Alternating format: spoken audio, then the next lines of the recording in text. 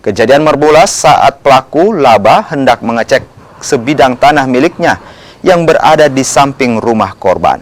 Saat tiba, dua bersaudara terjadi cekcok lantaran patok batas tanah bergeser masuk ke dalam tanah pelaku. Sang adik yang gelap mata langsung menyerang saudaranya dengan sebilah parang miliknya hingga tewas.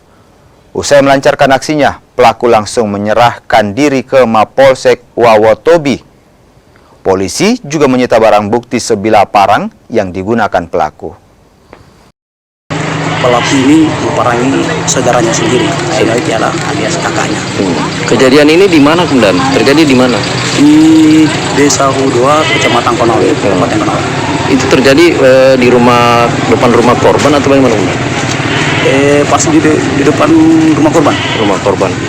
Jadi memang sebelumnya memang ada persoalan ini ya, persoalan sengketa lahan antara kedua belah pihak. Informasi dari masyarakat bahwa memang sebelumnya memang ada permasalahan tanah. Nah, setelah itu